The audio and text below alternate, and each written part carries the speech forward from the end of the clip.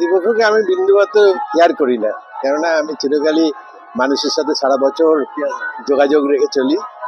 তো আমার মনে হয় প্রতিপক্ষ আমার কাছে কিছু নয়, কিন্তু আমাদের দলের জন্য আমি সব থেকে বেশি আজকে প্রমাণ করে দিলাম যে আমাদের সত্যিকারের গতকাল যা আজকে আমাদের বিরোধী দলের মধ্যে সব থেকে যে যারা বলছে বড় বড় বড় মানে আওয়াজ দিচ্ছে যে আমরাই সব, তো তারা যে কিছু নয়, তার আজকে তাদের প্রমাণ করে দেখিয়ে দিলাম যে আমি একাই তোদের কাছে তাহলে কিছু 5 জন নিয়ে তোরা যা এনেছিস, আমি একা দিয়ে তার ডবল লোক নিয়ে এসেছি। মার্জিন তো কোনো হিসাব নেই, তবে এবারে মার্জিনটা নিয়ে আমরা ঠিক মতো হিসাবটা যদি আমাদের যদি এসআইআর যদি না থাকতো তাহলে বলতাম এবার 50,000 ভোটে জিতবো। গতকাল দেখেছি প্রত্যেকটা নমিনেশনে রাজ্যের বিরোধী দলনেতাকে আসতে হচ্ছে কৃষ্ণনগরে, তারা কি এখানে নদিয়াকে বেশি গুরুত্ব দিচ্ছে নাকি? না, ভাবছি যে যদি একটা আসন পাওয়া যায় এখান থেকে তো পাওয়া যায় না। গতবার কিছু পেয়েছিল, সেটা আমাদের দুটো ভাগ, কৃষ্ণনগর সাব ডিভিশন, কৃষ্ণনগর বিধান সাংগঠনিক জেলা, আর একটা হচ্ছে রানাঘাট সাংগঠনিক জেলা। আমাদের এই জেলায় কিছু ছিল না, আর রানাঘাট সাংগঠনিক জেলায় কিছু ছিল। এবার দুটো জেলাতেই তাদেরকে হারতে হবে এবং হারাতে হবে তাদেরকে। এটা হচ্ছে আমরা জয়লাভের পরে কাজ আমার যা আছে সেটা আপনাদের যদি জানাই, তো মমতা বন্দ্যোপাধ্যায়ের সাথে সবসময় যেহেতু আমার সম্পর্কটা এত নিবিড় যে সবসময় তো বলে কাজ কর, তো সে কাজ আমি দেখিয়ে দিয়েছি। আবার শুরু করতে গেলে আপনাদের সময় থাকবে না, এত কাজ আমি করেছি।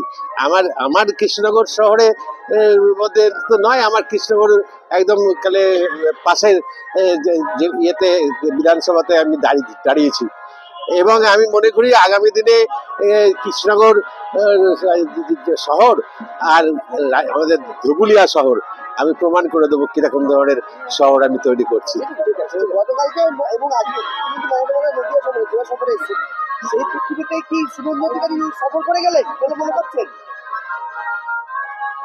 শুভেন্দু যে কি জিনিস আমি তো বুঝতেই পারলাম না, কিছুই জানে না, সবকিছুই জানে, অথচ মানুষকে পছন্দ করে না। এবার কলকাতায় দেখি মাঝে মাঝে লোকজন এমন ওকে চিন্তা ভাবনা করে কথাবার্তাগুলো বলে, তারপর ভয় চেটে পালিয়ে যায়। তো এইসব জিনিসে আমি চিন্তা ভাবনা করি না। দেখুন, আমার কথা হচ্ছে একটাই, আমি কতগুলো জিনিস আপনাদের জানিয়ে রাখি। আমার বিধানসভায় আমি কালে যে জিনিসগুলো কাজ করেছি সেগুলো শুনে নিন, তাই তো ভালো লাগবে।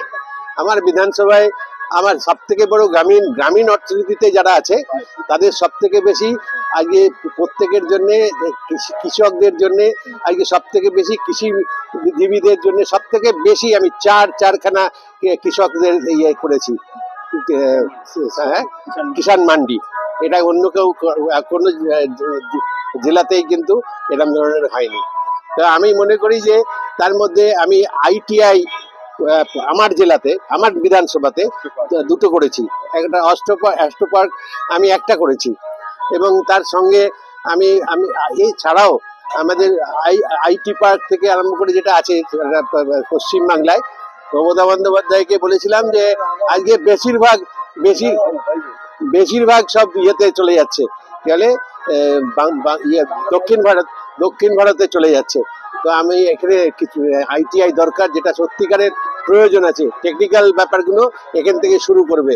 তো সেই অনুযায়ী আমি পশ্চিমবাংলায় আমার প্রায় 200টা ITI কলেজ, সেই সময় আমি ITI এবং পলিটেকনিক, এবং আমার অনেক পরিবারের তরফ থেকে যারা দক্ষিণ ভারতে যেত তারা সব যাওয়া বন্ধ করে দিয়েছে, এবং এটা কিন্তু আপনাদের বলতে পারি আমি কি কাজ করেছি।